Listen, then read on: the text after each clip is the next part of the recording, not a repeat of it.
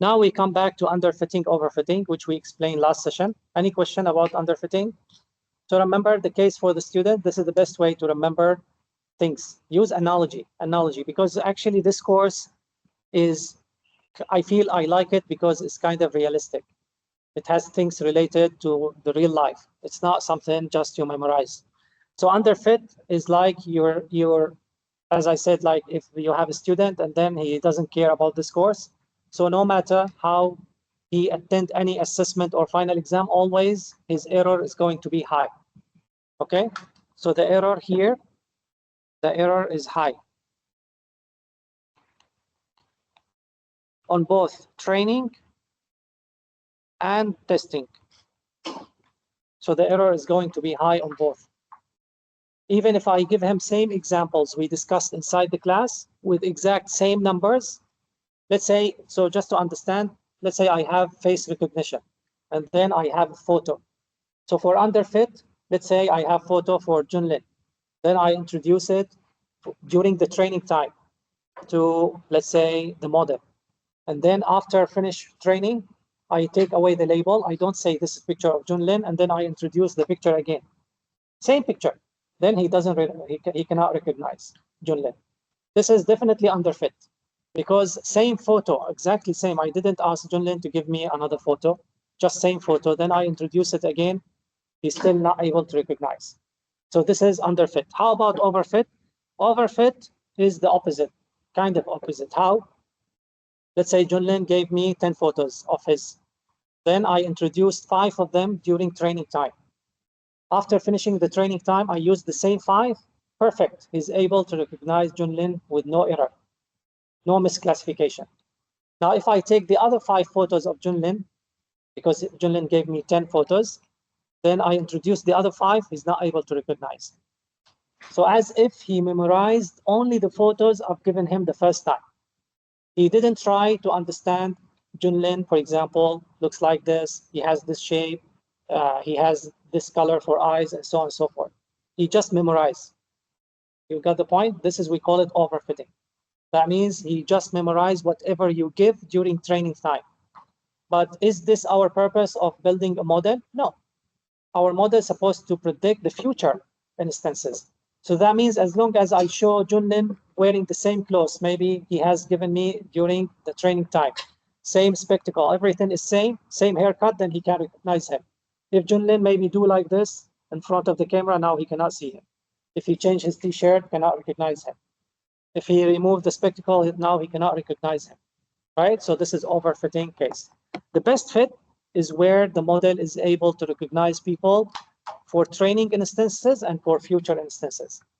Okay, so this is, we call it best fit. So here the error, again, if we're talking about error, because this is regression, so for training here, the error is going to be low. So we can say training error is low. As I said, maybe I introduce training pictures for Junlin, then everything is fine. How about the test error? Test error is bad. Yeah, another word is high. Very good. Bad. Now about the best fit, training error. Training and test error is good, meaning low. So should be good. And notice in this example how we introduce actually polynomial to the degree 3 and 4. This has caused overfitting, while here polynomial of degree 2 was enough. So don't give too much power to your model. Okay, then your model is going to memorize. Like for example, if you come to this course and then I give you only one slide. Imagine only one slide, literally. Like this slide only for the entire course, we're talking about this slide. Definitely, some people may not even bother to understand, just memorize. It's just one slide because your brain has too much power, enough to memorize this one, right? But if I give you too much information, then becomes difficult to memorize, then you look for a way to understand. So same way, we try to help the model to capture the pattern rather than memorizing the data. Okay, our objective is not to make the model to memorize the data rather than just understand the pattern. Okay? Okay, now what are the reasons behind underfitting? Why underfitting happens at the first place? Why underfitting happens at the first place?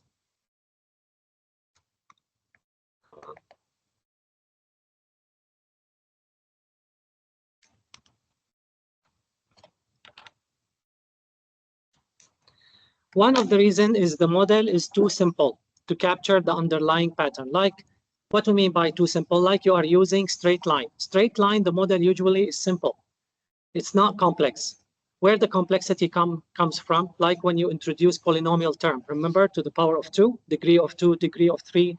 So as you do this, the complexity of the model will start to increase. So that means the model is not flexible enough to capture the pattern inside the data.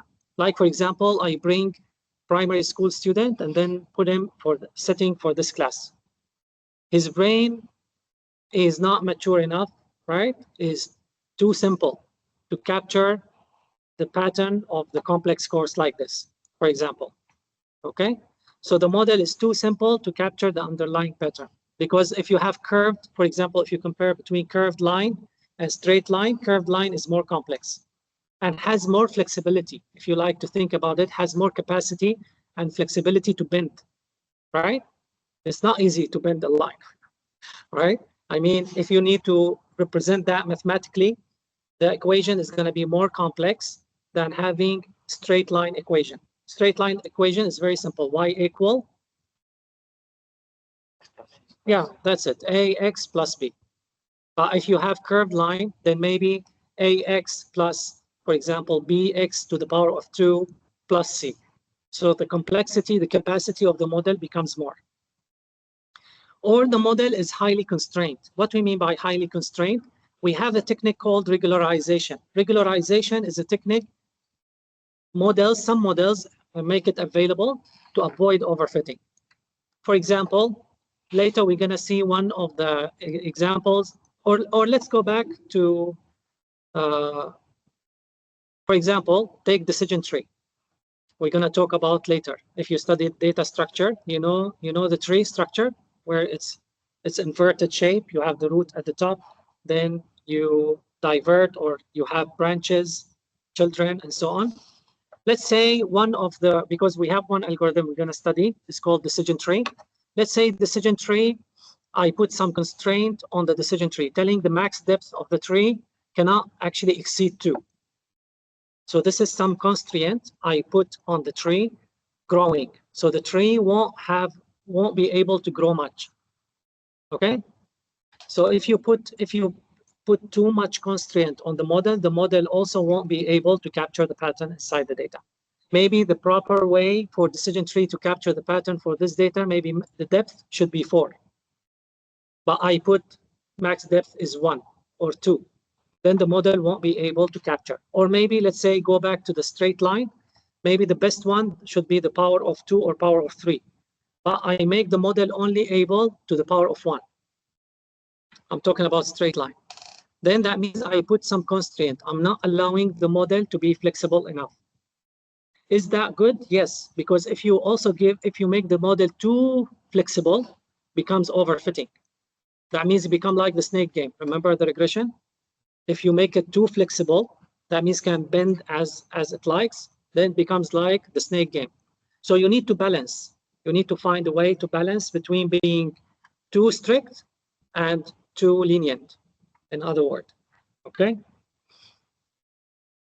So if the model is highly constrained, maybe I need to reduce the constraint on the model. I go back to the decision tree and say, well, instead of max depth equal 2, maybe I will allow it to become max depth equal 3 or 4. Okay? So I reduce the constraint in order to the model to start to capture the pattern. Now, how we can diagnose? How we can diagnose underfitting? How can I tell my model observing or having underfitting? Now, if you tell me we can't draw the figure, yes, you can draw, but if you have only 2D, let's say you have one input, one output, still fine. You can have 2-dimensional. How about if you have 100 dimension? You cannot draw a figure. So based on the figure, you cannot know whether you have underfitting or overfitting. It's quite difficult. So what we need to do, we need to find a way to measure the performance of the model. Let's say I'm talking about regression. So regression, we already discussed what are the ways to measure the performance. We have mean absolute error, right? We have mean squared error and so on, if you remember those metrics. So let's say I picked one. I picked one. I picked one, let's say mean absolute error. And then I measure the performance using the training set first. And I notice the error is high. And when I use also the test set, generalization means unseen data. If you like to keep a note, generalization meaning using unseen data, like test set, validation set. Also, the error is high. I'm talking about regression. This is the sign of underfitting for regression. Okay? Okay. So the idea is this is about regression. If you like to talk in general, so the training error or the training performance is bad, and the generalization is bad as well. So if we are talking about error, then the error is going to be high. Generalization means using unseen data, like the test set, the validation set. So we call it generalization error. Why we call it generalization? Because it gives us the sense how the model is going to work on the future set. The future set is unseen, and the test set is unseen data. So we call generalization. If we say the model generalized very well, that means the model using unseen data was able to work very well. So if we're talking about error, error is going to be high, generalization error high. How about if I'm talking about accuracy for classification? Training accuracy is going to be high or low? This is for regression. Because regression, we measure the terms of error. But classification, we have others like accuracy. This is for classification. So the accuracy is going to be high or low? Low. And then for generalization, is going to be low as well. So this is why I told you earlier, the performance is going to be bad, bad.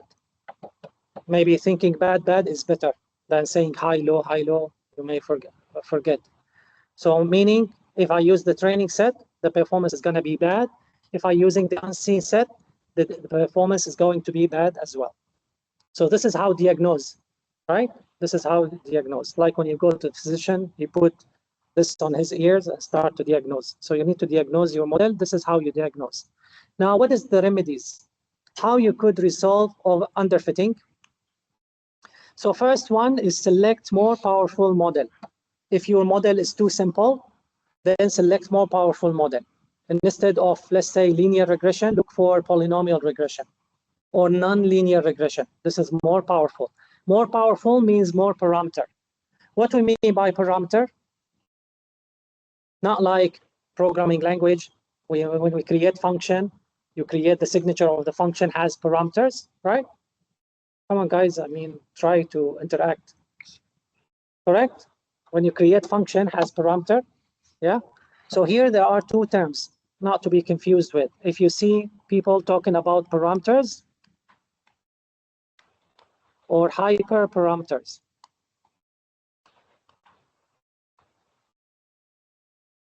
Parameters simply are the values that the model is going to find and you have no power to change. Like theta, for example. Theta 0, theta 1. Can you tell the model theta 0 equal blah, blah, blah, theta 1 equals blah, blah, blah? You cannot. After you train your model, the model is going to tell you what is theta 0, theta 1. So these, we call them parameters for the model.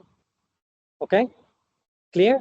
So parameters are the values that are associated with the model that you cannot change before training. You cannot change anyway. You have no power to change.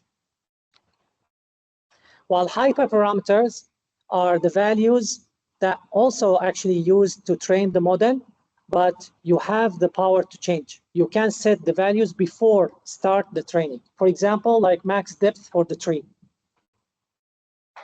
Max depth for the tree. You can tell the tree well, I'm going to send you to training, but the max depth you can grow is 2. So this is, you have the power to change. The values that you have the power to change before training is called hyperparameters. The values that the model is going to give you after training and you have no power to change, called parameters. So the model with more parameters, usually more powerful, because he has more capacity to adapt to the changes or to the patterns inside the data. Or try to find better features. Maybe your features are not informative. Remember garbage in, garbage out, when we discussed earlier? If you give your model garbage to train, he's going also to give you garbage when you predict, right? So that means let's say you are trying to measure the performance, and then you go feed the model about the favorite color, favorite scene, favorite movie. I mean, what this has to do maybe with the performance, maybe has nothing. Or the ID of the student, okay, the ID of the parents. Yeah, so what this has to do with the performance, right? Or reduce the constraint. Remember the constraint like max depth, or you see the hyperparameter like max depth we just discussed. So maybe reduce the constraint. How to reduce? Maybe max depth earlier was only 1.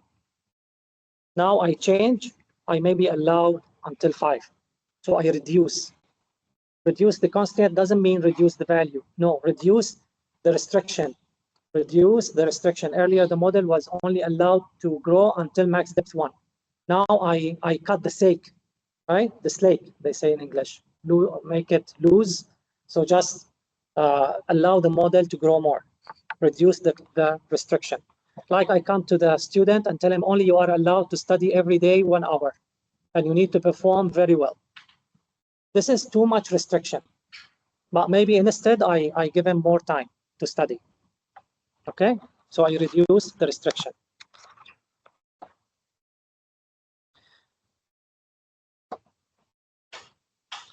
Okay, how about overfitting? What is the sign of overfitting? How to diagnose that we have overfitting? I think I skipped one slide, right? The reasons of overfitting, correct? Yeah, the reasons of overfitting, like when we discussed about underfitting, the opposite. So there, the model was too simple. Now the model is very complex. That means very complex has the capacity to actually to capture or to memorize the data, has the capacity to memorize the data. Like I'm bringing, let's say, undergraduate students and give them a course for primary school students. So even if they don't understand, this is very easy, they can memorize, okay? So more complex, more model complexity, like decision tree with high depth. Let's say I put max depth equal 100. So that means the model has a lot of capacity. Maybe I need to reduce. Or polynomial regression with high degree. Maybe where polynomial high degree, like the higher degree is 10. X to the power of 10. That's too much. You give power. Of course, depends on the problem. Maybe the problem requires the high power, but not all problems require that, okay? Another matter is limited training data set. If you have small training data set, your model is more likely to become overfit. Why? Maybe some people may confuse, say, no, underfit, actually more overfit. Like the example, if I give you just one sheet, one slide, imagine just one slide, literally, like this slide I take and give you for the entire course. You need to understand, just to memorize. So if you have very limited data, the model will memorize the data rather than capture the pattern. Okay? Or noisy data. The data has too much noise and the model is not able to capture the pattern. The only way to perform well is by memorizing the data points. Okay, because it has a lot of noise. So the patterns is unclear, is very difficult to capture, and you keep training the model, pushing the model to train. And the only way to train with high complexity, let's say with model high complexity, is to memorize. Or low regularization. Remember regularization, what we said is a technique to avoid overfitting. So that means you are cutting the slake. You're giving regularization is very, very weak in your model. Let's say I give max depth equal 1000. So I don't have much restriction. The restriction is very low. So the model will grow and has high capacity to memorize, again, the data. They are logical. If you try to rationalize them, they are logical. Okay, so if you have a question, please feel free. We can discuss. Now, how you can diagnose overfitting, how you can tell your model has overfitting. Again, not always you can draw a figure for your model if you have high dimensionality. So one way is to measure. Let's say, again, this is about regression. We're talking about regression. So I take, for example, MSE, mean squared error, and I measure the error using training set. The error is going to be very low. Wow, the model is very well. It's doing very good. But when it comes to unseen data, that means data has never been seen during training time, the error is high. So that means here I have high variance. Remember just now we were discussing unseen data, the error is going to be high. So that means high variance. You see how? High variance, low, high. Performance on the training set is very good. The error is very low. On the testing set, the error is very high. So high variance.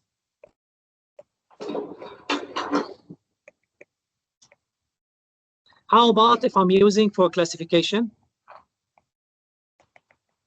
like accuracy? Then I measure accuracy for using training set. The accuracy is going to be high. Very good. It's going to be. But on the generalization, it's going to be low. So generally, we can conclude training performance is going to be good. Unseen performance is going to be bad. Clear? Earlier, bad, underfit. Good for training, bad for testing means overfitting.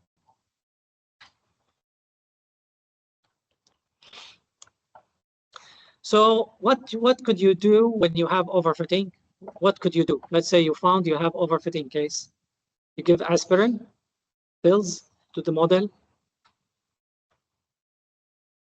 So remember, the reasons behind is high complexity. Then reduce the complexity, simplify your model. Like you are using Ferrari to go from here to your hostel. But actually, you don't need Ferrari. Even if you have bicycle, you can go, right? So the complexity is high. Let's say your parents ask you, what do you want to study at Utah? You tell them, I need transportation to go between the university and hostel. And then they tell you, okay, very well. We buy you a bicycle. Tell them, no, Ferrari. Ferrari is too much, right? You don't need Ferrari. You're not traveling. The distance is very short. So the complexity is very high. So simplify. Look for simple model. Or if you are applying regularization, then impose more restriction on the model. I check max depth, maybe is 100 when the model is overfit. Then I reduce max depth. From 100, maybe I put it 90. If it's okay, okay, not okay yet, I put more restriction, max depth, reduce further, okay? Get more training data. Earlier we said we have low training or limited data. Then get more data, right? To help you to capture the pattern rather than memorizing. Also, we said earlier we have noise. So try to clean up the data to reduce the noise as much as possible, okay? So simple, just check what are the reasons and look for remedies. Now, how we can measure the performance? Is it, so we said earlier, we can actually have the training set.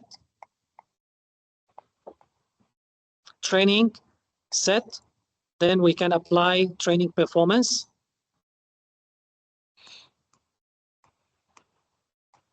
Right? And we have the test set or unseen data, unseen set performance. Right? This is what we were discussing. We measure the training error, the generalization error. This is generalization. Huh? When we say unseen means generalization. So how about, is it enough to have unseen data measuring the performance one time? So test set or can be validation set, by the way. validation. So just simply unseen data. Now remember, overfitting, underfitting, at which stage you need to involve to assess your model. Now remember, business understanding, data preparation, modeling, evaluation. When do you do checking for underfitting, overfitting? Is it during modeling or evaluation? Modeling. Evaluation, the last stage, you should be already, your model should be good. This is why I talked here, I wrote validation. Okay, so better you can assess your model anyway using validation set. We're going to discuss soon how you can actually retrieve validation set. But the point is, if I have one validation set, okay, one validation set, unseen data, right, Arvin? So let's say Arvin has came to the data and took portion, call it validation set. Is it good enough to have one test using validation set, or more tests better? Why? Try to rationalize it. Let's say you're coming to this course and you know there's only one assessment, continuous assessment. Is it good or bad? Good, right? I'm sure students happy. But actually it's bad. Anyone can tell me why it's bad to have one assessment for the course? Logically, forget about data mining. Just logically think why actually it's not for your favor to have a course with one assessment. Not enough? Yeah, so if not enough validation, so what? Okay, I need rationalize it. Yeah, if you fail the one assessment, that's it. You're done. You're finished, right? At least when you have more assessments, you have more chances, right? Maybe the student on that assessment, the single assessment day, had some issue, so he couldn't focus, right? So in other words, having one single assessment may not actually reflect the actual performance of the student. Maybe due to luck, he got very high mark and he's happy. He doesn't need any assessment, or he has bad luck and he got very bad result. Either way, this is not the actual performance for the student. So having more assessments, better. So eventually, if I test Chen and always Chen gets good mark in all assessments, now I'm very confident Chen actually is ready for the industry to work in. But if I test another student just one time and he got very bad mark, is it really actual reflection to his performance? Maybe no. Maybe just his bad luck on that day, he didn't sleep well, right? He has sleep deprivation, and then he came to the class, he couldn't focus, but he's very good. So when there are more assessments, I can have more insight into the performance of the student. Exactly same when I'm talking about the model. So that's why I tell you, try to rationalize the point. You won't forget. And if you use this language to write your answers, I'm very happy. You don't need to copy paste what's written inside slide. Tell me what you understand. I'm also happy to read your answer. Okay, clear? Yeah, so the point is, if we have more assessments, better. So eventually I'm more confident with my model.